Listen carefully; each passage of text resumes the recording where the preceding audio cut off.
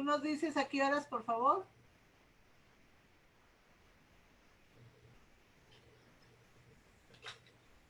Ricardo. Listo, ya está. Gracias. Buenas tardes, soy la doctora María Enriqueta Varido Murguía y el día de hoy estamos dentro de esta gran tragedia que está viviendo el mundo en general y México en particular. Estamos de banquete porque tenemos como invitados de honor al doctor Richard Wenzel. Él es internista, infectólogo y ha sido el que ha venido desarrollando la historia de la prevención de las infecciones nosocomiales en el mundo. De hecho, maestro de muchos de nosotros, en particular del doctor Samuel Ponce de León. El doctor Wenzel fue jefe de medicina interna de la Escuela de Medicina nos acompaña también el doctor Samuel Ponce de León, que fue presidente de la Asociación Mexicana de Infecciones Nosocomiales, que es internista e infectólogo y que actualmente es el coordinador del sistema de investigación en salud de la Universidad Nacional Autónoma de México. Nos acompaña la maestra Florencia Cabrera, que es maestra, enfermera, trabaja en el Instituto Nacional de Cardiología y fue presidenta de la Asociación Mexicana para el Estudio de las Infecciones Nosocomiales. También nos acompaña la doctora Lourdes García García, quien en la actualidad está trabajando en la Escuela de Salud, en el Instituto Nacional de Salud Pública. Y bueno, posteriormente nos acompañará la maestra Huertas y el doctor Alejandro Macías, que pronto se unirán. Ya se está presentando aquí el doctor Alejandro Macías, que viene a ponerle la cereza al pastel a esta reunión. Le voy a pedir al doctor Ponce de León que empiece coordinando esta sesión y el doctor Alejandro Macías, entre los dos van a estar coordinando esta sesión. Adelante, por favor. Muchas gracias, doctora Varido. Es un gusto estar con ustedes, con mi querido amigo y distinguido maestro, el doctor Richard Wenzel. Ya hizo las presentaciones de la doctora Varido, pero puntualizo la doctora Lourdes García, Florencia, Alejandro, eventualmente Marta Huertas y la misma doctora Varido.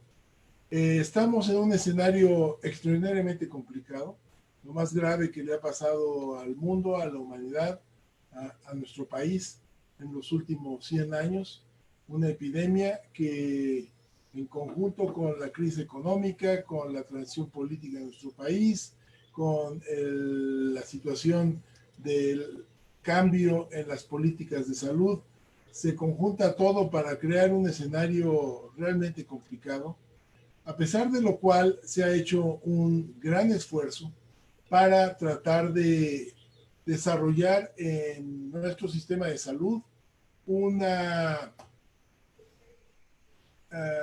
organización, una estrategia para tratar de dar suficiencia al sistema, por lo menos desde la Secretaría de Salud.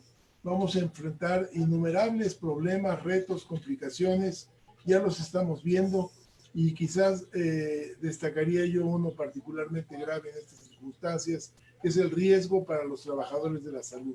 En todo el mundo el sistema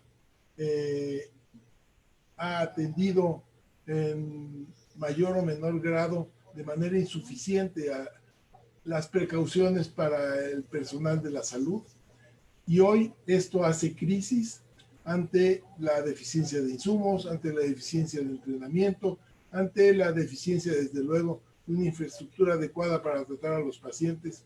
Así que vamos a tener ciertamente muchas complicaciones y una manera de tratar de lidiar con esta situación es estableciendo este tipo de comunicación directa con ustedes, con los colegas, los trabajadores de la salud, las enfermeras, los camilleros, los epidemiólogos, las infectólogas, los cirujanos, los que hacen salud pública, todos ustedes que están construyendo la respuesta a los enfermos que están empezando a llegar que están saturando ya los hospitales. Todavía no llegamos al clímax de esto y ya los hospitales empiezan a sentir un poco el agobio de la presión. En algunos sitios esto se va a presentar de manera diferenciada, desde luego, a lo largo del país. Pero el objetivo es, primero, tratar de facilitar la información que les permita a ustedes tener los elementos suficientes para protegerse, para reclamar lo que necesitan en términos de equipos de protección personal para protegerse y utilizarlos correctamente, para proteger a sus pacientes, para proteger a sus colegas camilleros, inhaloterapeutas, químicos, enfermeras, enfermeros, desde luego, y para proteger a sus familias. Un tema que es particularmente importante en este momento en nuestro sistema es que percibo que no se está atendiendo con corrección la oferta de diagnósticos al personal de salud que tiene alguna manifestación o ha tenido exposiciones de riesgo, y esto no está permitiendo llevar a un cumplimiento correcto de los contactos. Con eso, a manera de introducción, realmente felicito a la organización de este evento. Los saludo a todos con mucho afecto y pues vamos a dar cabida a las preguntas y comentarios. No sé si va a ser una ronda de introducciones. Bueno, sí, te voy a pedir que introduzcas al doctor Wenzel con algún comentario en inglés. Claro. Yo puedo ir, bueno, traduciendo un poco, y tú también. Ok, bueno. I just want to say that it's absolutely my pleasure to present Dr. Richard Wenzel. He's a very important leader in the field of infectious diseases with emphasis in infection control.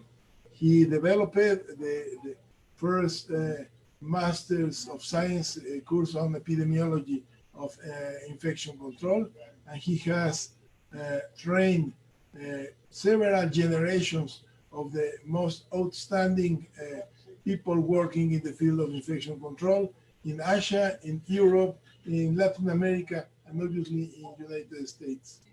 As all we are, he is also facing, witnessing the developing of this extraordinary problem, and we share the complications, we share the difficulties for the health personnel. So we will be very happy having his comments on this. I think. Richard, can yes. you? Okay. Well, first, I would say it's my pleasure, Sam, to be with you once again, even though it's virtual. You're a very special friend and colleague, and so I'm delighted to be with you.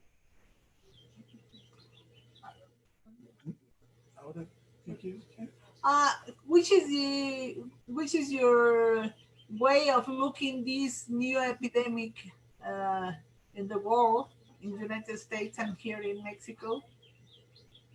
Well, the first thing I would say is epidemics are very natural things. If you just look over the last 20, 40 years, we had HIV in the 80s, and then SARS 2002-3, then H1N1 influenza, as Sam knows well, in 2009 and 10, then MERS in 2012, and now COVID. So all of these are pandemics. All of them are zoonoses, that is infections acquired from animals. And it's like we get surprised every time. We shouldn't be surprised anymore. The only surprise is how severe and exactly when it comes. But we should regularly be ready for these pandemics. So I look at this as one more. And the unfortunate thing is that we never seem to learn enough after all the previous pandemics. So we rediscover pandemics every single time. And I think what we have to do is write down the lessons, be more careful in building up our robust public health system so we can respond and not being in such a pitiful position that we find ourselves in now, trying to catch up with the number of tests, for example, to do this. Are there other specific questions, Keita? I can't hear Sam. ¿Qué tal? Yes, yes. Creo que es I would like- conveniente ir traduciendo lo que vaya diciendo Wenzel. Si quieres, ¿lo traduces tú? Por favor, tú Alejandro, por favor. Sí, bueno, el doctor Wenzel, buenas Yeah. tardes. Acaba de decir que las epidemias son parte de la vida en realidad. Si vemos un poco hacia atrás, recuerden la epidemia de VIH, posteriormente la epidemia de SARS, la de MERS, y esta que ya no debe sorprendernos. Debemos esperar que sigan ocurriendo, y como no debe sorprendernos, debíamos de tener siempre una reacción preparada a través de unos sistemas de salud que sean robustos y que tengamos una reacción efectiva. Y en casos como el que vemos ahorita, por ejemplo, tener las pruebas suficientes para hacer frente a esto. Eso es. Gracias. Adelante. Thank you, Richard. Dick, let me start asking you a very difficult question. Yes. Which is the moral duty of health personnel in these circumstances, knowing that there are many limitations regarding the risks of health personnel? So I missed the first part, Sam. What is the Which is the moral duty of health personnel facing this enormous problem, facing also at the same time the limitations on training and all the personal equipment that is needed to decrease the risk for health personnel? Yeah, so the way that I look at COVID-19 is that it's a very challenging public health problem and a medical problem. It's also a severe economic problem. And we have now almost 20% unemployed people, and the gross domestic product is down. But as you're suggesting, and I think highlighting correctly, it is an enormous ethical problem. And the big ethical problem on a large scale is if we start to open up our businesses, what is the justification for losing continuing lives with respect to the justification for improving the gross domestic product? So that's the big struggle we're having in the country now, down to the hospital. Medical people, no matter what, have always stood up to any kind of pandemics with enormous courage and strength. And I think we're selected because of our willingness to put our lives on the line. I am at the same time upset with administrators who were so slow in our national government to respond, because your question would be easier if we had 8 more weeks of being able to build up the personal protective equipment with face shields particularly, and masks, including N95 masks. So I think it's going to be a constant struggle, and we do our best with the limited equipment that we all have in every country, including our own. But the ethical issue is still prominent, and I'm sure that's why it's on your mind. It's very complicated, gut-wrenching at times. Ok, el doctor Ponce de León le preguntó al doctor Wenzel cuáles son las obligaciones morales del personal de salud vistas las dificultades y los riesgos y los deficientes equipos de protección personal. Y el doctor Wenzel contesta que, bueno, que es un problema muy difícil, es una alta demanda para el sector, para el sistema de salud, tiene implicaciones morales, pero también económicas. Tan solo hay que ver cómo ha caído el 20% del Producto Interno Bruto, o se calcula, perdón, en 20% el desempleo y la caída que va a tener el Producto Interno Bruto. Sin embargo, se hace el cuestionamiento. Hay un problema ético aquí en si debemos abrir los negocios, inclusive pensando que eso pueda costar pérdidas de vida. ¿Cómo se justifica abrir negocios con perder vidas? El personal de salud siempre ha respondido a cualquier reto de este tipo con coraje e inclusive ha puesto en riesgo su salud y su vida al trabajar con equipos insuficientes. A veces no se cuenta ni siquiera con una mascarilla N95 en el mundo, y no solo en el mundo, se ha demostrado que eso pasa también en los Estados Unidos. Esto es una lucha constante. A él le preocupa mucho y le molesta la actitud que han tenido algunas autoridades en la lentitud en que han reaccionado, en el poco apoyo que han dado al personal de salud, y por tanto este se ve como un escenario muy complicado. Adelante, Sam. Gracias. De nada. Alejandro, nos gustaría escuchar tu opinión acerca de lo que está sucediendo en el país y también la opinión de Florencia Cabrera en relación a su posicionamiento con las enfermeras. Bueno, para mí, Alejandro, his opinion and the nurse Florencia Cabrera. Sure. Ok, en efecto, para mí esta es una situación completamente inédita. A mí frecuentemente, por la participación que tuve en la pandemia de influenza, me preguntan cómo se compara esto con aquello, y yo digo que simple y sencillamente no tiene comparación. Esto es sustancialmente más complejo, más peligroso, más dañino que la situación que vimos en 2009, y va a costar más vidas, seguramente, y va a tener más repercusiones económicas para el mundo. Yo creo que aquí también, como decía ahorita el doctor Wenzel, las autoridades en general los administradores se han visto lentos, sobre todo que en esta ocasión tuvimos un periodo de gracia que no tuvimos en 2009. Vimos venir el enemigo. Creo que los administradores debieron haber actuado con tiempo, tuvieron el tiempo suficiente para pedir un presupuesto extraordinario, para hacer acopio de equipo de protección personal y para no permitir que el personal de salud se viera enfrentado a una situación de mayor riesgo del que implica ya de por sí esta pandemia. Creo que el reto es inmenso, y todavía estamos viendo en México, como vamos algunas semanas detrás que los Estados Unidos, estamos viendo apenas el inicio. So, Richard, we have just explained that this is a big challenge, as you said.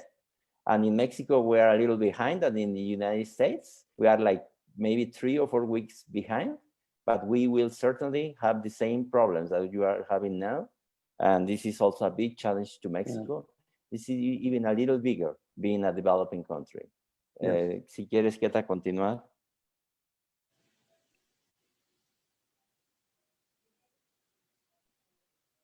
Creo que tienes silenciado tu micrófono, Keta. ¿Podríamos escuchar a la maestra Florencia Cabrera su opinión en relación al trabajo que están desempeñando en la actualidad las enfermeras?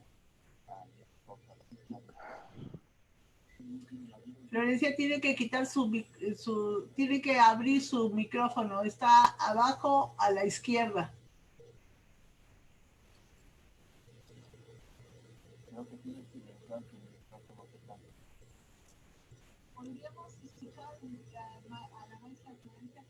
Florencia, ok. Doctor Wenzel, ok, Florencia. Sí, ¿ya me escuchan ahí? Sí. Bien, ok.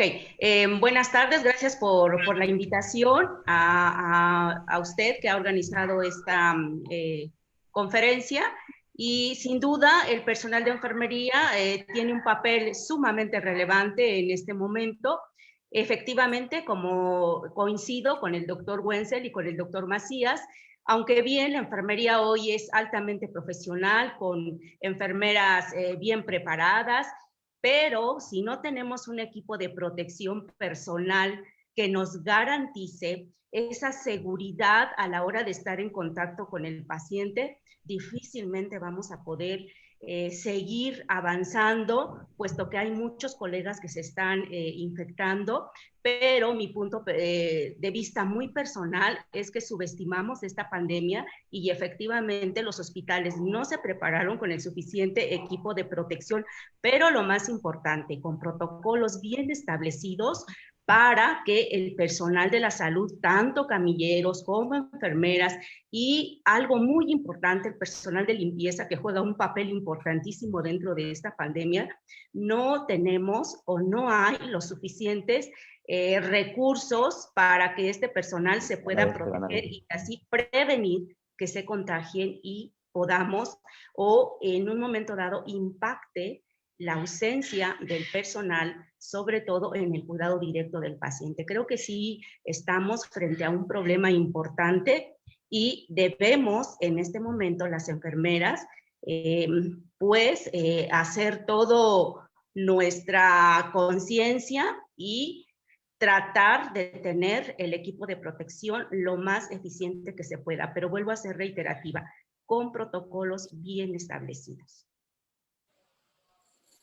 Ok, gracias. Richard, Nurse Cabrera, you said the difficulties that are having also by nurses and the lack of protection with a good PPE.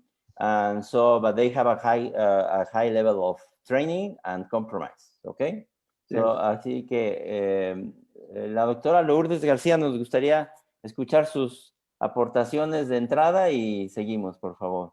Adelante, Lulú. Si Bueno, abres tu micrófono, por favor. sí está abierto, ¿no? Está abierto, sí. Okay. Sí, yo creo que un problema interesante o grave que habría que mencionar también, además del entorno mismo de los hospitales, es a nivel de la sociedad y en la comunidad, el estigma que está enfrentando el personal de salud. El hecho de que tengan que cambiar sus uniformes por ropa civil para evitar agresiones en la comunidad. Yo creo que eso es muy grave e indica un nivel de ignorancia, de miedo social que también debe considerarse por parte de la sociedad que tiene que ver con la salud y por parte de otros sectores. Y otro punto que me preocupa mucho y que ya que te había mencionado es que están ocurriendo brotes y no son pocos. Probablemente nunca sepamos bien la magnitud de esto y me gustaría saber la opinión del doctor Wenzel en este sentido. ¿Cómo enfrentaría él este problema en un país de recursos bajos o medianos en que está ocurriendo esto? México es un país con estas condiciones, pero imagino que en otros países puede incluso ser esto más preocupante. Richard, Dr. Lulu asked for, first, she establishes the big dilemma of the health personnel. Even discrimination of health personnel is suffering in the streets by people that sometimes they suffer from aggression from people that fear the health personnel because they think that the health personnel is being the transmitter of the problem in society. But we are having outbreaks in health personnel, and Dr. Lulu asked for what will you do in Mexico or in many other developing countries to face a situation like this with so low resources? What do you think it can be done? That's a very complicated question, but I think that what we have to do is, I think, reframe the question a little bit, because sometimes in all countries, but I'll say for my own, it's that you are asked to take a choice between the public health and welfare of patients versus the economy and what can be done. And I think what we should say is we need both. We need our economy to improve, but we also need the public health to be there. Now, with limited resources, what you have to do is try to be as creative as possible to maintain the safety not only of the nurses and physicians, but also other patients who may be in the hospital for an unrelated problem from COVID, such as, ruptured appendix or needing a bypass surgery. So I think whatever we can do to keep the environment clean, if there's available disinfectant at all, that would be useful. If we put everybody in any kind of mask, it's better than no mask. And then I think what we need to do is almost go back to Florence Nightingale and make sure there's very good air handling in the buildings as much as possible. Maybe even opening of windows, which we have not done for many, many years in our hospitals. And then I think one of the best things we can do is train our young people to use the personal protective equipment as well as possible, so they don't make any mistakes putting it on and taking it off. These are a few things I would start with, and I'd be curious as to where you are in your own thinking, Alejandro. Thank you, Dick. El doctor Wenzel dice que la situación es muy complicada. Dice que él replantearía la pregunta y diría, ¿cómo vamos a enfrentar un dilema económico con un dilema de salud? ¿Qué es prioritario? Y dice, la verdad es que necesitamos los dos. Necesitamos proteger la economía y proteger la salud y la vida de las personas. Pero se tiene que ser creativo y respetar la vida de los pacientes, sobre todo, que es nuestra razón de ser. Y él recuerda que si no hay dinero, por lo menos hay los principios fundamentales de la limpieza. Si no tenemos más, bueno, una mascarilla o cubrebocas, aunque no sea N95, una es mejor que nada. Y hay que recordar los principios de lo que se fundamenta la enfermería, por ejemplo, la limpieza, que abogaba la enfermera Florencia Nightingale, es lo menos que podemos hacer. Inclusive cosas tan sencillas como abrir la ventana, a lo que ya no se habían acostumbrado algunos hospitales de los Estados Unidos, pues a lo mejor abrir ventanas para mantener el aire fresco puede ser lo mínimo que podemos hacer. Otras cosas que tenemos que poder empezar, inclusive a entrenar a los jóvenes para que no cometan errores y que al menos sepan usar los equipos de protección personal escasos con los que cuentan, que no cometan errores al ponérselos y al quitárselos. Y, en fin, hay que ser creativos y trabajar con lo que se tiene. A mí me pregunta el doctor Wenzel que pues yo cómo veo las cosas. Y sí veo las cosas muy difíciles, pues yo veo una cosa que me parece que es determinante, es que cuando dan sus informes las autoridades, siento que muy pocos entienden lo que es estar enfrente de los pacientes. Creo que ya se olvidaron, creo que no tienen experiencia, al menos reciente, de ver a los pacientes o de ver al personal de salud, de ver el miedo en los ojos de la gente, del enfermo, del personal de salud. Creo que eso es fundamental para entender. Yo creo que también nos tomó esto en sorpresa un poco tarde y que al menos debiéramos haber aprendido mejor la lección de que a la salud no la podemos tener tan abandonada y tenemos que tener una mejor inversión en salud. So I just did my comment on the need that we have to invest more in health. But unfortunately, this is not time for that because we didn't have the investment before. So we have to do what we need with the money we have. And I think that there's a lack of sensitivity in authorities because they don't see people in the eye. They don't see the fear in the eyes of people, of the health personnel. And I think that they could do it better if they just went a little inside the hospitals to just know what is happening and to be more reactive. Yes. And to promote a little more resources for health. Excellent. Sí, thank you. ¿Alguien quiere comentar ahorita abiertamente? ¿Kieta, quieres comentar algo? Sí, me gustaría preguntarles a los cuatro, bueno, de hecho es el comentario de Lourdes, pero ahí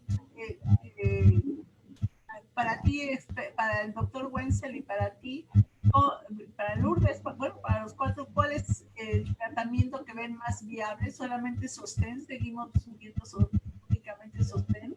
¿Hay algún tratamiento en la actualidad que realmente nos pueda ayudar a sacar adelante estos pacientes? Eso es mi primera pregunta. Y la segunda pregunta va relacionada a lo mismo que decía la doctora García, y que también decía Florencia, que es, pero básicamente es acerca de esta contratación temporal a personal de salud que les dicen te vamos a contratar por 3 meses y si sobrevives te quedas sin trabajo. ¿Cómo ven ustedes esta situación? Ok, se está metiendo un poco el ruido. No sé, a lo mejor hay algún micrófono que está metiendo algún ruido. Creo que no es el mío porque lo tenía silenciado. Pero, ok. We can start with you, Richard. The first question of Dr. Baridó is, do you think there is any good treatment beyond respiratory therapy? I mean, mainly drugs, antivirals. What's the current approach for treatment beyond respiratory support? So there are a couple of things to bring up. One is the recognition that the pulmonary critical care people have that the ARDS that we usually see looks different.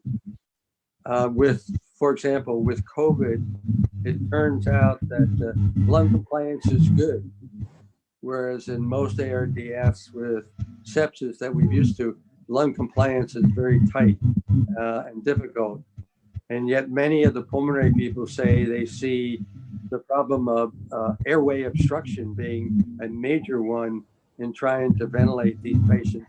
And as you know, many of them are ventilating the patients in the prone, lying down on their stomach position rather than sitting back. So that's one of the pulmonary changes.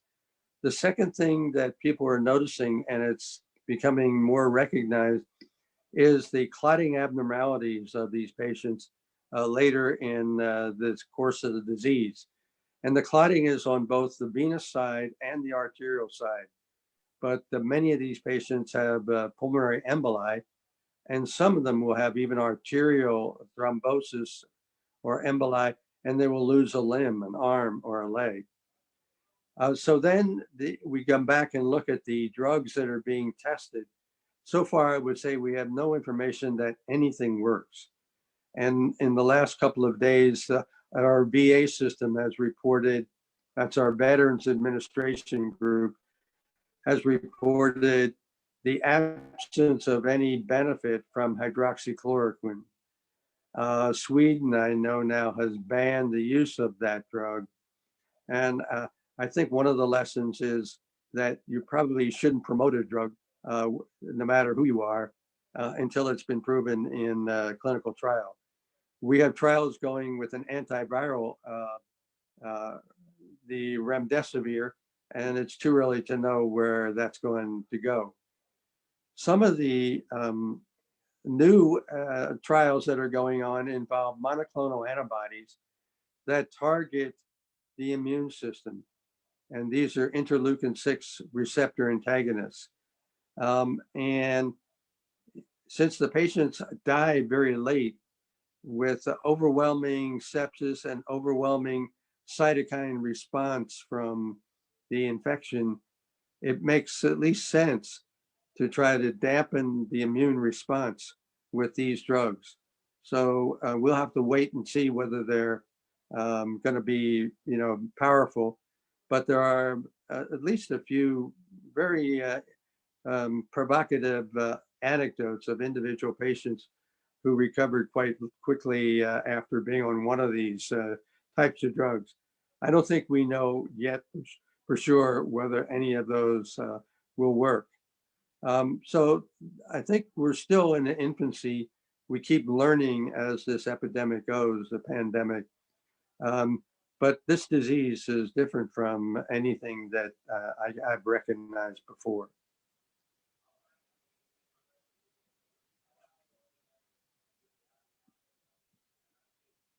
Alejandro. ¿Nos traduces, por favor? Estás enmudecido. Ok. Voy a comentar sobre lo que dice el doctor Wenzel como un fundamento para que si cualquiera quiere comentar, lo abunde. El doctor Wenzel dice que primero, desde un punto de vista de lo que se conoce que funciona, que es la terapia respiratoria, hay mucho que se tiene que aprender y los terapistas respiratorios están trabajando lo mejor que pueden con eso.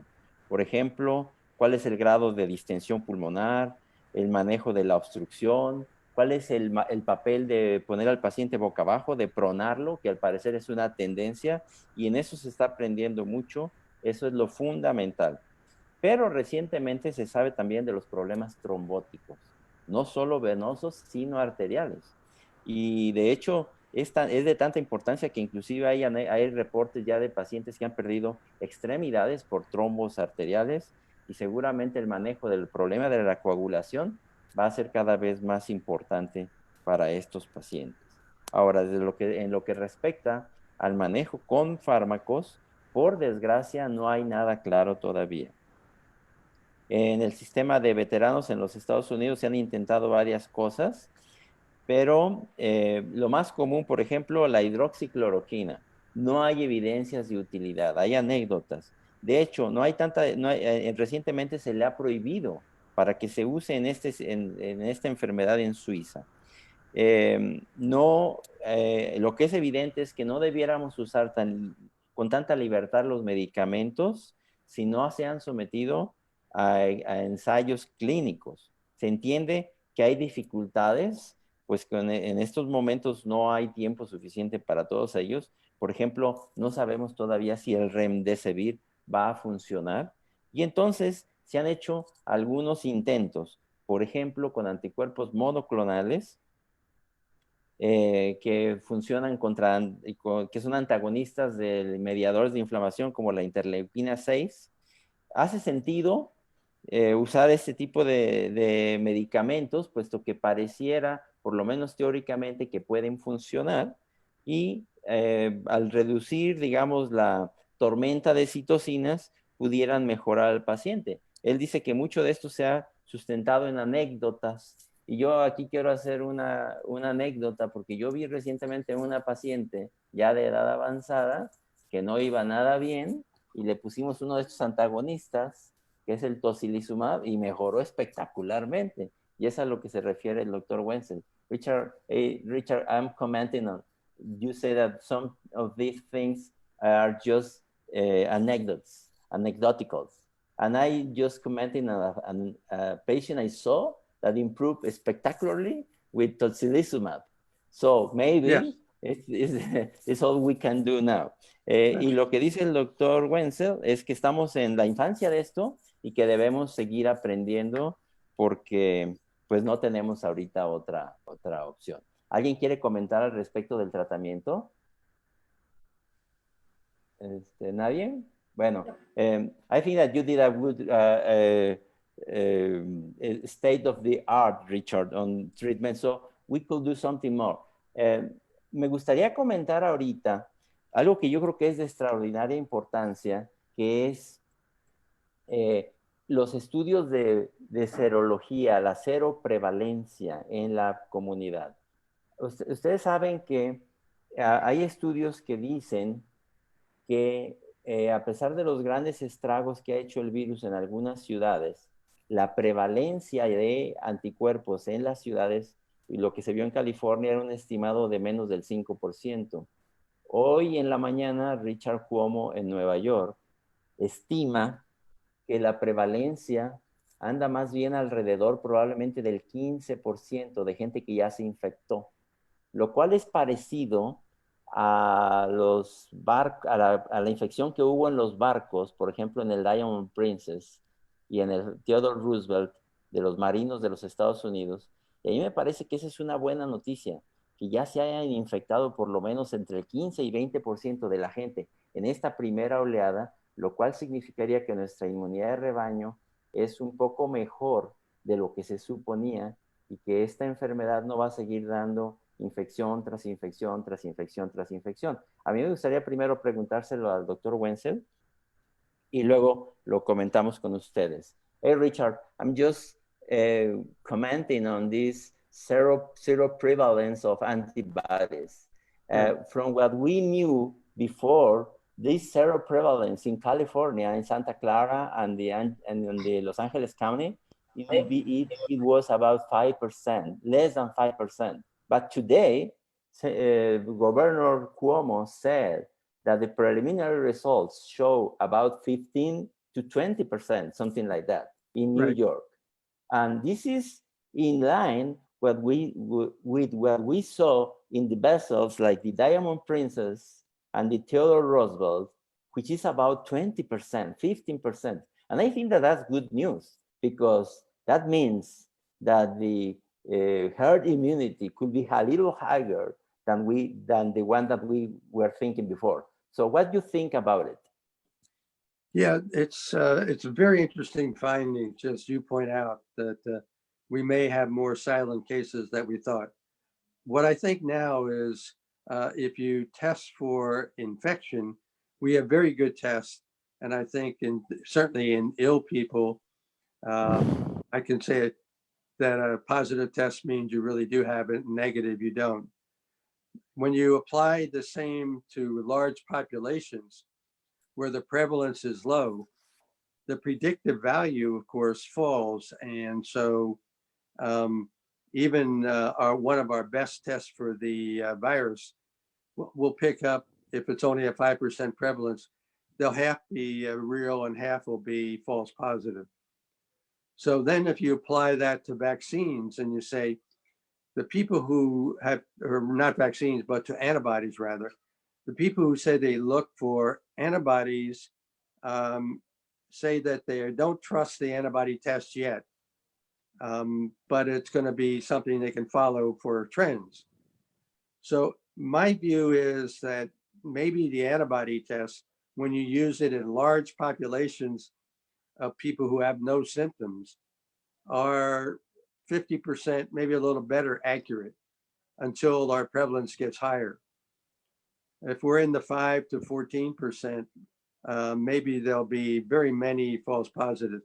But even so, your general idea that there are many more people infected than we really previously thought, I think is a good one. And I go back to the prevalence study in Iceland, where they did a 10% random sample and they found 50% of the infected people had no symptoms. So again, corroborating the antibody studies, I think there's a lot of infection that's silent out there, which I'm grateful for, because it makes us feel a little bit better about maybe the mortality isn't as frightening as we think. Once you get to the high risk people though, very old, the people in nursing homes in our country, the disenfranchised people who are living on the streets, people of color who are poor and crowded, aliens who aren't registered. These are the victims, I think, on the side. I don't want to forget them while we talk about statistics, that's all. Ok, lo que comenta el doctor Wenzel es que hay un problema con las pruebas, que en general las pruebas de diagnóstico son razonablemente buenas, pero que en lo que se refiere a las pruebas serológicas, o sea, las que buscan anticuerpos, probablemente no son tan buenas, sobre todo si se considera que la prevalencia en la población es todavía muy baja y el valor predictivo positivo de las pruebas también por eso baja. Comenta que siendo una prevalencia tan baja, y lo primero que se pregunta a uno es que si al tener 15%, por ejemplo, pueden haber ahí metidos muchos falsos positivos, por ejemplo, de la prueba. Y él dice que estas pruebas se volverán mejores cuando ya la prevalencia en la población, la cero prevalencia, aumente un poco y que ya puedan las pruebas medir mejor. Que en estos momentos esas pruebas pueden estar teniendo una mala medición. Dice también que la experiencia también de los estudios que se hicieron en Islandia, que muestra que la mayoría de las personas, o que al menos el 50% de las personas que estaban enfermas no tenían ningún síntoma, lo cual también es alentador porque quiere decir que probablemente hay mucha más gente que ya se enfermó o que ya tuvo el virus y que ni cuenta se dio, y lo cual aumentaría la inmunidad de rebaño. Y dice que, bueno, un problema es que mucha gente ya puede haber tenido el virus, pero este virus está afectando una vez que ataca sobre todo a los abandonados de la sociedad, como pueden ser las personas de color, la gente, las personas de edad avanzada que se encuentran en los asilos, por ejemplo, la gente que no tiene hogar, y que pues para ellos habría que ir también nuestros pensamientos y ver qué más se pueda hacer. No sé, ¿alguien quiere comentar algo en este momento? Sí, Lulú García. Sobre los anticuerpos, yo creo que allí habría que pensar que efectivamente son un biomarcador de infección, pero no necesariamente un biomarcador de inmunidad, y que en este sentido tal vez pues todavía es muy pronto para saber si existe protección cruzada o reacciones cruzadas con otros coronavirus, si acaso son protectores, cuánto dura la protección, y que finalmente para una infección tan transmisible, para poder alcanzar inmunidad de rebaño, tendrían que infectarse más de 80% de la población. Entonces, desde ese punto de vista, yo creo, al contrario de lo que tú decías, Alejandro, yo creo que más bien sería de esperarse oleadas sucesivas de la enfermedad, y que esto va a modificar nuestra forma de vida, y cómo en los próximos meses o incluso años vamos a estar interactuando unos con otros. Ok. Dr. Garcia, Dr. Garcia's opinion is that these biomarkers are not perfect. And also, we can't say if they are really a protection. We don't know if they are just a marker of infection, but maybe they are not protection. We don't know how they are crossing in reactivity with other coronaviruses. So also how long it lasts, this immunity. She does not agree with the statement that the herd immunity is good at about 40 or 50%. She thinks that we will need to reach at least about 80% of herd immunity. So we better have a vaccine.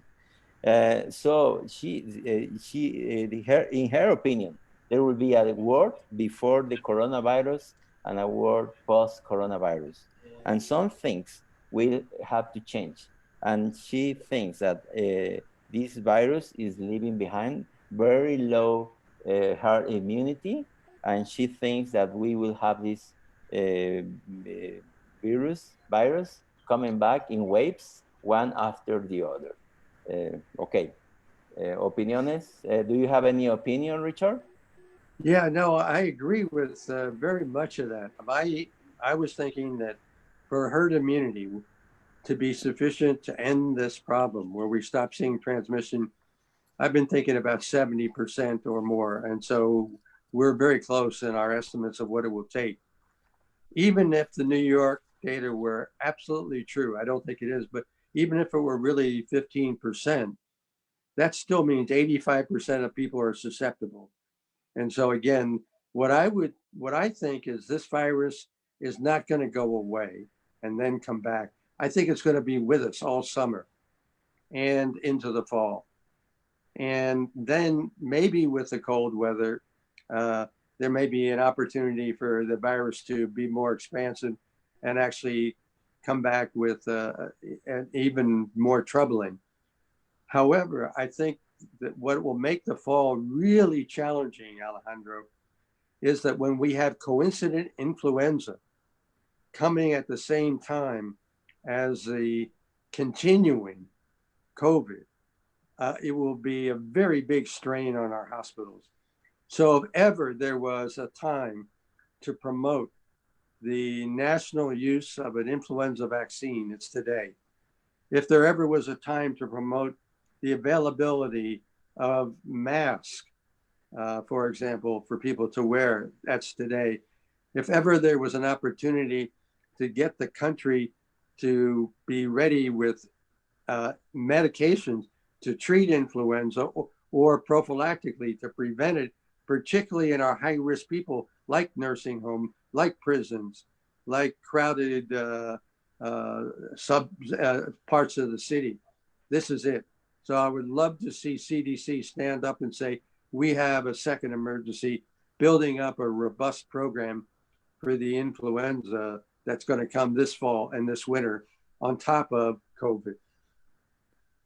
Ok, el doctor Wenzel dice que él está completamente de acuerdo con lo que dijo Lulú, la doctora García, al respecto de que 70% sería lo mínimo que esperar. Él dice que 70%, la doctora García había dicho 80%, pero él dice que no se van a pelear por eso porque están muy cerca las cifras de lo que estaban pensando.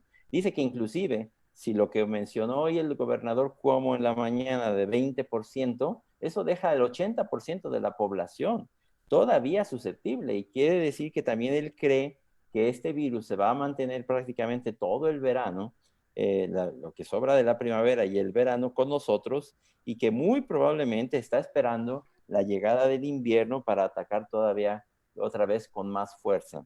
Y el problema se va a complicar casi seguramente si se reúne, si se junta con la estación de influenza del año venidero. Por tanto, eso pondría a los hospitales en vilo otra vez, a los hospitales, puesto que lidiar al mismo tiempo con la estación de influenza y el coronavirus los pondría a límites de sus fuerzas. Entonces él dice que si alguna vez hubo una necesidad de vacunar de influenza, este va a ser el año en el que se tenga que promover con mayor fuerza la vacunación de influenza para no tener los dos problemas al mismo tiempo. Él está de acuerdo en que se usen las mascarillas o cubrebocas por la gente y que se promueva su uso. Él cree que conviene tener medicamentos en reserva para la estación de influenza. Me supongo que se refiere, entre otras cosas, a la reserva de oseltamivir y a todo el equipo de protección personal que se puedan retener en los hospitales. Y a él le gustaría que en los Estados Unidos los CDCs salieran abiertamente a decir que muy probablemente van a tener un segundo estado de emergencia para este año y que dieran toda la preparación que se pudiera requerir. Ok, ¿alguien quiere en este momento hacer algún otro? Sí, Samuel, por favor, adelante. Gracias. Well, certainly I agree with Lourdes and Dick regarding the 70-80%. And in fact, I think that to reach this level is going to take us maybe 21 and maybe 22, and we will having waves of epidemics. In this context, Dick, I would like to ask you, which level of sensitivity and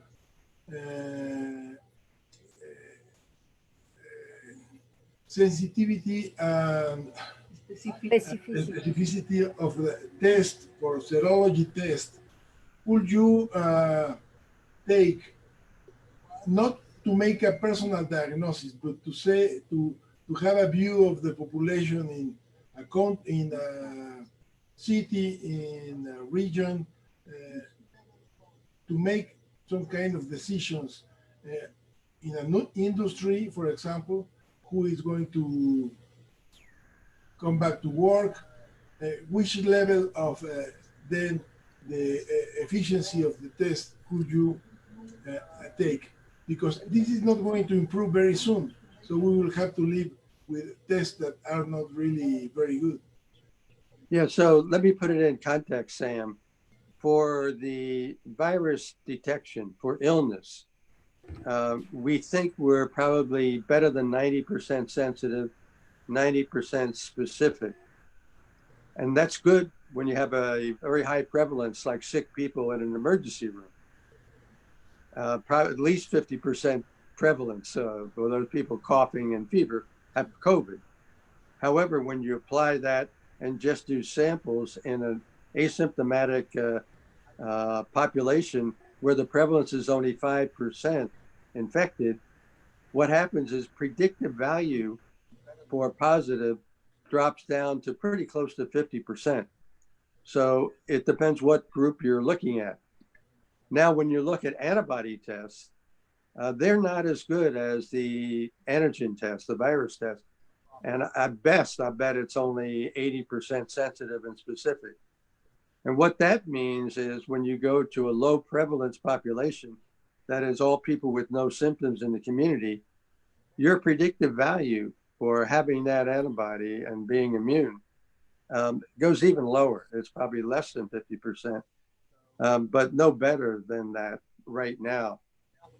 So I think the best we can say is we need a better test for antibodies.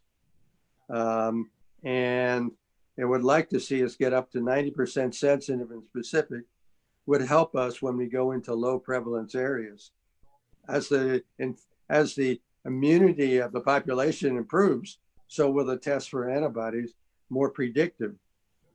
So the prevalence of the antibody and the prevalence of infection really influence the predictive value of these tests. And if you said what's acceptable, we do the best we can, knowing how weak the antibody test probably is today, unlike probably the antigen test. Maybe you have a more specific question, but because I think it's a little bit complicated to look at this. But the important thing is low prevalence, predictive value positive is not going to be very good. Predictive value negative is excellent. So if you don't have antibodies, you probably really don't. In a higher prevalence area, if you got into people who have a lot of infection history, then the predictive value for the antibodies improves. Ok, Samuel, el doctor Samuel Ponce pregunta al doctor Wenzel, ¿qué sensibilidad, o sea, capacidad que tenga la prueba para detectar enfermos le parece buena? ¿Y qué especificidad o capacidad de la prueba para detectar sanos le parecería buena para un contexto no solamente de diagnosticar a los enfermos, sino para hacer estudios de cero prevalencia? El doctor Wenzel contesta que en efecto es distinto hacer un diagnóstico de enfermos que hacer estudios de cero prevalencia. Cuando tú haces diagnóstico de enfermos, digamos, en un servicio de urgencias, la probabilidad de que la persona tenga la enfermedad antes de la prueba puede ser superior al 50%. Y entonces una prueba que tenga una sensibilidad y una especificidad del 90% es muy buena. Sin embargo, si tú lo haces en población abierta, donde la posibilidad antes de la prueba de que la persona tenga la enfermedad es muy baja, el valor de la prueba, el valor que tiene la prueba para predecir los positivos es muy baja, probablemente menos del 50%. Y ese es un problema de las pruebas que ahora detectan IgG, o que él supone que nuestro valor predictivo puede ser muy baja, muy bajo. Dice que necesitamos algo mejor. Él cree que tendríamos que tener pruebas que tuvieran altas sensibilidades y especificidades, y que eso puede mejorar cuando aumente el número de personas que ya tienen el virus en la población. Porque ocurre que si muy poca gente tiene el virus en la población, es decir, hay muy poca prevalencia, el valor que tiene la prueba para predecir un valor predictivo positivo es muy bajo, aunque es muy alto el valor que tiene la prueba para decir que alguien no tiene la enfermedad. Y por el contrario, cuando ya empieza a aumentar la prevalencia, aumenta el valor predictivo de la prueba. En conclusión, mientras la prevalencia o el número de gente que se haya infectado en la población siga siendo bajo, el valor de las pruebas de búsqueda de anticuerpos seguirá siendo cuestionable, por lo menos con los niveles de utilidad que tienen ahora esas pruebas. Ok, ¿alguien quiere agregar en eso o hablamos de algún otro tópico? Sí, están haciendo preguntas. Voy a pasarte algunas para todo el panel. ¿Cómo debe funcionar un triage para personal de salud y qué deben hacer las enfermeras que siguen laborando? Florencia, ¿pudiera contestar esa pregunta, por favor? ¿Cómo funciona el trash y cómo funcionan las enfermeras que siguen laborando? Si quiere activar su micrófono, por favor. Florencia. Tiene que activar su micrófono. Ahí está ya. Ya está activado. ¿Me escuchan? Sí, ya.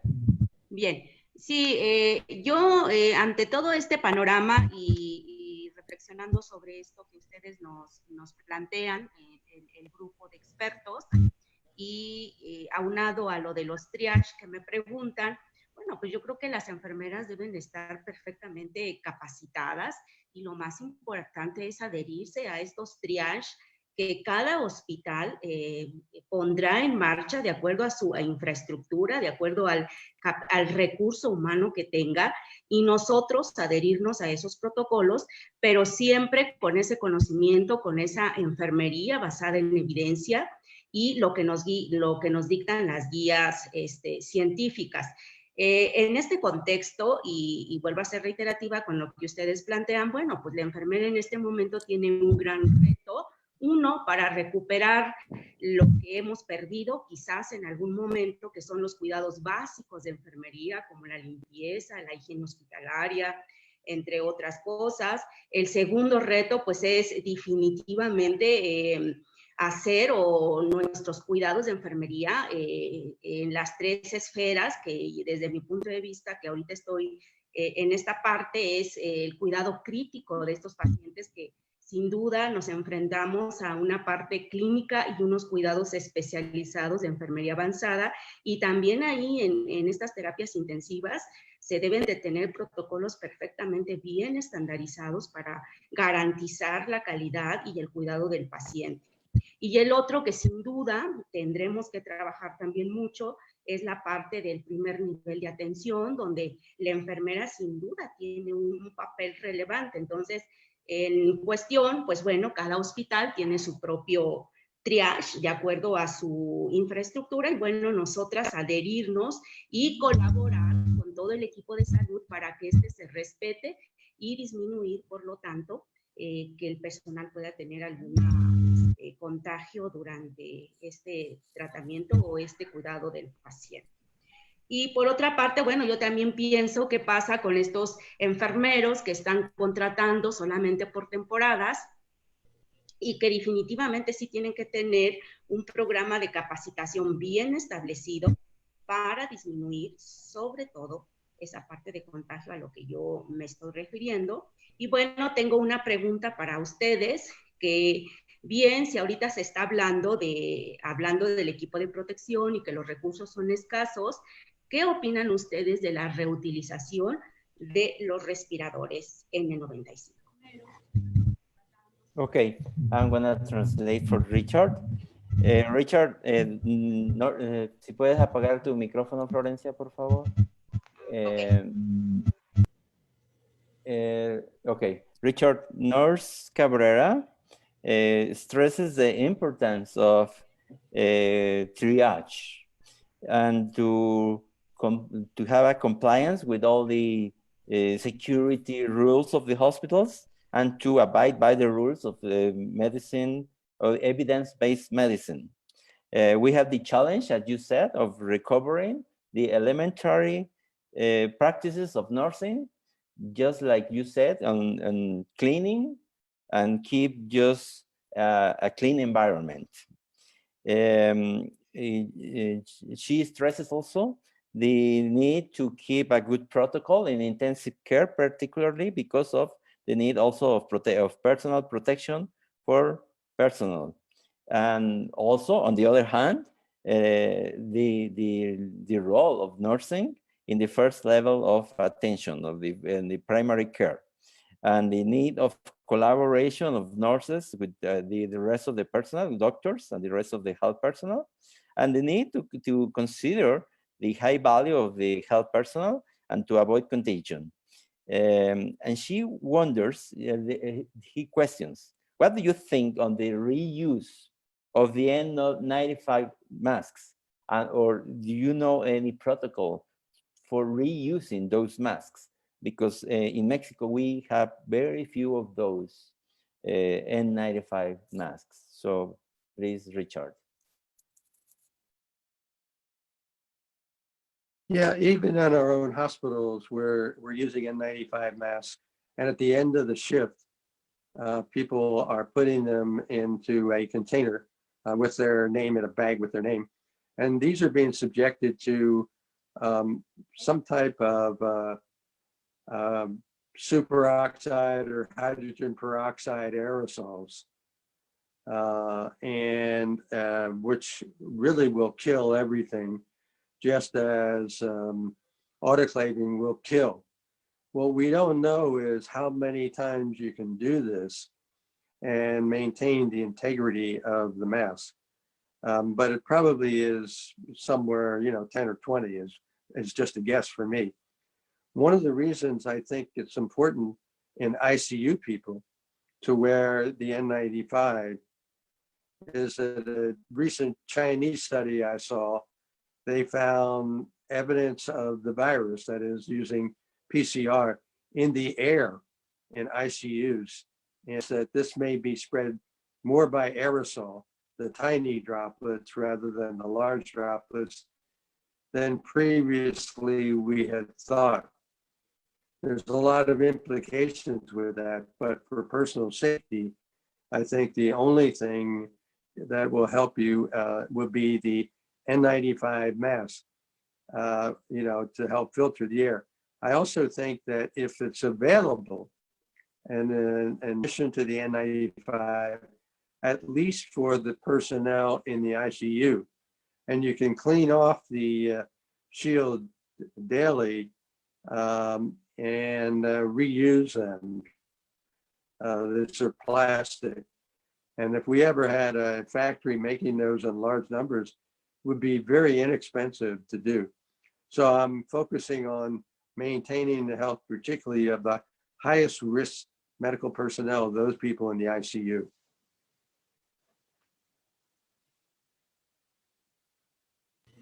Ok, el doctor Wenzel dice que el problema de las mascarillas N95 es importante en todos los países y no deja de serlo inclusive en los Estados Unidos.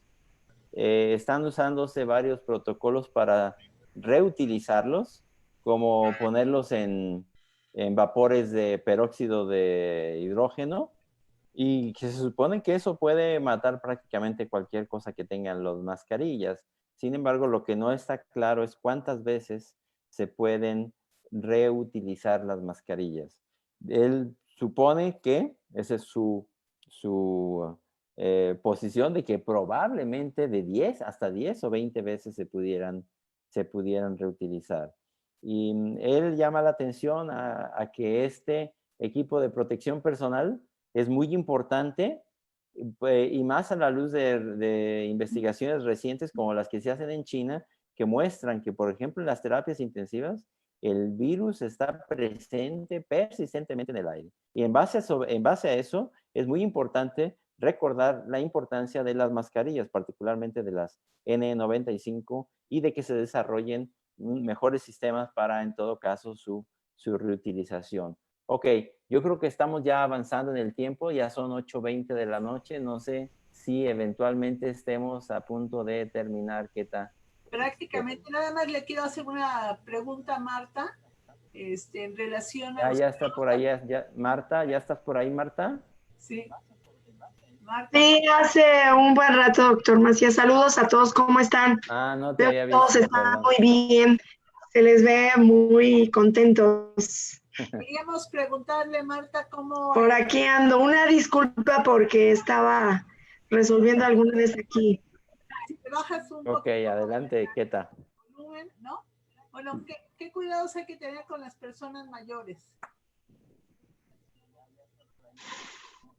Bueno, que se queden en casa, desde luego, y esto que se ha hecho que el personal, incluso mayor, se retire, ha sido muy bueno. Las personas en casa, pues que continúen así, que no las visiten, porque ha sido una lección importante para algunos. España, revisé algunos artículos, pues las personas mayores se quedaban en casa, pero los visitaban otras personas y eso pues no fue bueno. Entonces, básicamente los cuidados que tienen que tener, no hay que olvidarlos. Sí tenemos que hacernos, organizarnos con los familiares para acercarles lo necesario, básicamente medicamentos. Aquí en algunos lugares de nuestro país se han organizado estos programas para hacerles llegar medicamentos e incluso alimentos. Debemos de continuar de esta forma, desde luego. Marta, a ver, yo creo que Marta tiene aquí una experiencia que es única ya también y que nos puede comentar cuál ha sido su experiencia en la reconversión de nutrición, de ser un hospital de alta especialidad, uno de los hospitales más especializados en México, a volverse un hospital de atención prácticamente solamente para pacientes con COVID. ¿Qué ha significado eso para el personal? ¿Cuáles han sido las situaciones en el hospital? Richard, I am asking Marta, what have been the challenges of turning the nutrition hospital in a COVID hospital? Si nos pudieras comentar, Marta, eso creo que es muy interesante. Gracias, doctor Macías. Bueno, ha sido un gran reto. El hospital tiene 168 camas sensables y tiene aproximadamente 30 no sensables.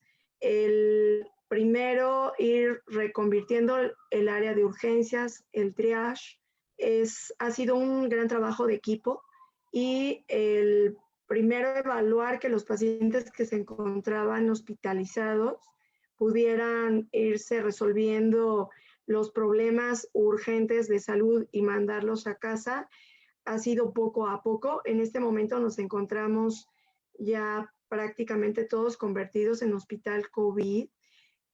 La lucha más grande que hemos tenido es el miedo al que nos enfrentamos todos los trabajadores de la salud, el pánico, diría yo, al tener que contar con lo necesario que desde luego se ha trabajado, y sabemos que nutrición no es el sistema de salud en México, pero sí es un hospital del cual aprenden muchos otros hospitales en la forma en cómo nos hemos organizado. Ha sido fundamental el trabajo de las áreas críticas de urgencias, de todos nuestros compañeros médicos, de enfermería. A la par hemos tenido que capacitar prácticamente a los 3,000 trabajadores, somos alrededor de 3,500, y dedicados a áreas clínicas alrededor de entre 2,000 trabajadores. Entonces ha sido un trabajo titánico. Sí nos hemos enfrentado mucho a esta situación del miedo. Se han reconvertido pasillos para circulación exclusiva de pacientes COVID. Desde la entrada, pues recibimos una gran lección con influenza. De aquí tomamos gran parte de lo que usted, doctor Macías, trabajó, y pues honor a quien honor merece, doctor Macías y doctora Alexa de la Torre, porque esta situación tomamos todo el ejemplo de influenza, y desde la entrada se ha colocado el triage, también en la consulta externa, y ha sido un trabajo fundamental tanto de los residentes de medicina interna como de enfermería para la consulta externa, donde pues también se le da equipo de protección desde el policía por el primer contacto, no se tiene esta sana distancia, y se le protege al vigilante, se hace un pre-triage. Lo hemos implementado en el hospital y ha sido de mucha utilidad para no colapsarnos. La sala de espera se convierte en triage, y de ahí va avanzando dependiendo de lo que se diagnostique en el paciente. Ahora, la semana, más o menos hace 10 días que empezamos de pronto a recibir más pacientes, tuvimos que egresar a los de urgencias al primer piso para pacientes tenemos, digamos, en el primer piso a pacientes manejados como de urgencias. Y tenemos todavía algo de espacio, pero sin duda alguna, las áreas de terapia intensiva y lo que es la planta baja de urgencias, pues está convertida para pacientes que requieren mayor atención. sí ha sido un gran esfuerzo y hemos tenido un gran apoyo para recibir un número importante de enfermeras, porque sí hubo un momento que se fue un gran porcentaje de personal de enfermería en riesgo. Y ahí, bueno, hubo una respuesta pronta para recibir enfermeras y capacitarlas. Y en estos momentos es cuando vemos que en México de lo que se carece es de enfermeras. Por lo tanto, pues tenemos que irnos preparando con esto para lo que venga, ¿no? Desde luego. Okay, Nurse Huertas comments on the big challenge of changing a hospital for a brand new hospital for COVID patients. The main factor that they had to face was the fear and panic in personnel, because they fear disease. As a parenthesis, that's something I had seen also in a private hospital in León, Guanajuato. Is the fear is the main factor. People really sometimes the health personnel is in panic. She comments on the big effort to train thousands of people to a new job, to rebrand a hospital, to rebrand people.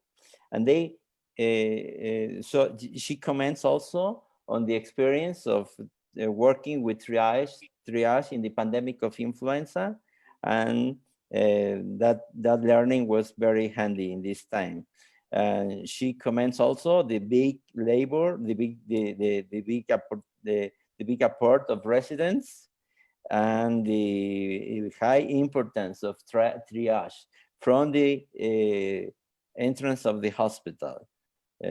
So by this time, hospital being in his 3 weeks of intensive treatment is almost completely crowded, and they have to change entire floors or entire wards to convert them in something like emergency rooms. But it's certainly a big challenge. Me gustaría comentar que ese proceso se está llevando ya también en varios hospitales en México. Lo que pasó en Madrid, según me comenta mi hermana que vive en Madrid, es que en un principio les designaron algunos hospitales COVID, y que al cabo de unas semanas prácticamente ya todos los hospitales de la ciudad se habían convertido en hospitales COVID, porque simple y sencillamente fueron cayendo unos tras otros. And I'm commenting what happened in Madrid, Richard, that they started with 2 or 3 COVID hospitals, and at the end, any hospital in the city was a COVID hospital. Así que bueno, no sé, de esto ha sido una sesión muy nutrida, muy buena, yo creo. Ha habido preguntas muy buenas, comentarios creo que nos han enseñado a todos. No sé si hay algo más pendiente, Keta, que quieras comentar, Samuel, Dr. Wenzel. Pregunta al Dr. Wenzel y luego yo finalizo. Richard, do you want to give us a final comment? Your final thoughts, Richard. Well, I think the big issues that we're going to face now in many countries, at least ours right now, we may be ahead of you a few weeks, is the pressure to open up our economy, open up the businesses. We know that social isolation works. We know it from international studies. We know it from looking at our own states. Those countries and those states in the United States that moved quickly into aggressive social distancing reached their peak earlier and became flatter earlier. So we know that works, but people are getting exhausted. People are getting frustrated, and they're worried about losing their jobs. So we have to kind of find that balance. And to me, as Sam suggested very earlier, it's not just a medical issue or economic, it's both. But it's even more than that, is a huge bioethical issue. And the way that, again, how many deaths, how many people on respirators, how many cases justify a 5% or 10% increase in employment or in the gross domestic product. These are really rough questions, but we can't gloss over them, pretend they don't exist. Ok, el doctor Wenzel comenta que hay sin duda una gran presión del sistema de salud para a acelerar las cosas, y el gobierno está presionado para abrir la economía. Sabemos que el distanciamiento social funciona y sabemos que eso repercute en menos casos en los hospitales, pero eso también tenemos que aceptar que está costando mucho a la economía. Y la gente ya se está fatigando, está entrando en frustración y están teniendo el problema de perder sus trabajos. Nosotros desde el sistema de salud tenemos que ver las cosas en equilibrio, con un balance. Y que, como decía Samuel, no es solamente un problema económico, ni es un problema exclusivamente médico, es un problema de las dos cosas, pero sobre todo es un problema de bioética. ¿Cuánta gente se justifica que tenga que morir para poder reabrir o ganar un 5% del Producto Interno Bruto, por ejemplo?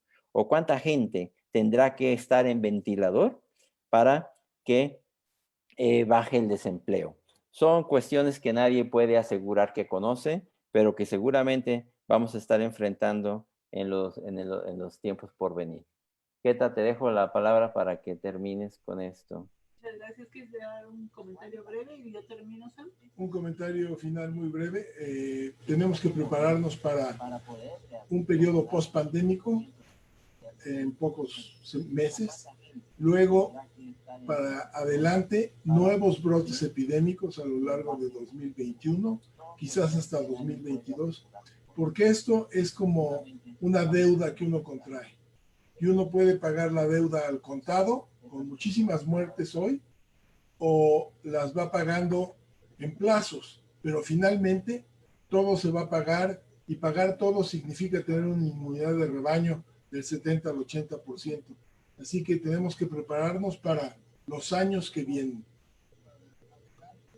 Okay, Richard, the final comments on Samuel is that we have to be ready maybe for consecutive waves of this disease, maybe well into the 2022. And this is, he says that this is like something that you owe. This is your debt. It's something that you may pay cash or you may pay in installments, but yet you will have to pay anyway. So you will have to pay until you have a herd immunity of at least 80%. I hope we have that in a vaccine. Así que, no sé, Keta, si quieres terminar. Voy a terminar. No puedo terminar sin primero agradecer enormemente al doctor Alejandro Macías por toda su experiencia, conocimiento y voluntad para hacer esta sesión exitosa por su traducción. A las enfermeras Marta Huerta y Florencia Cabrera, a la doctora Lourdes García y el doctor Samuel Ponce de León, que han hecho una extraordinaria sesión para todos nosotros. El doctor Wenzel, quiero decir que además de su presentación, él es el editor en chief del New England Journal of Medicine. Realmente para nosotros ha sido extraordinario tenerlo aquí.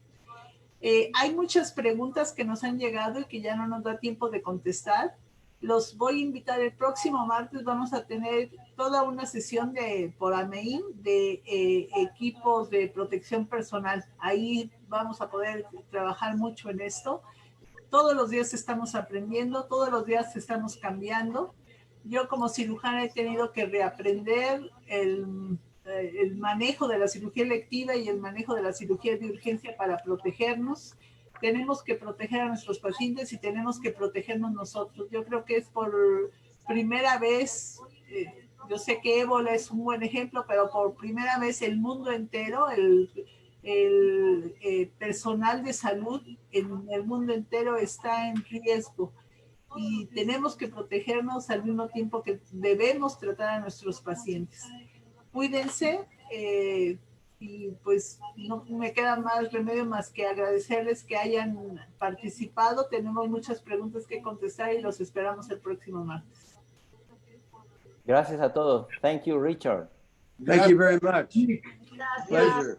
Pleasure. Gracias. Gracias, gracias. Bye. Bye. Bye. Gracias, muchas gracias. Bye. Gracias. Florencia, Bye. Marta, Adiós. gracias. Bye. Gracias, doctor Ponce. Bye. Nos vemos.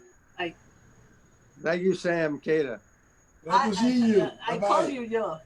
A pleasure. Estoy con amigos. Gracias. Gorgeous. Bye. No, porque yo no puedo hablar abiertamente de eso, o sea.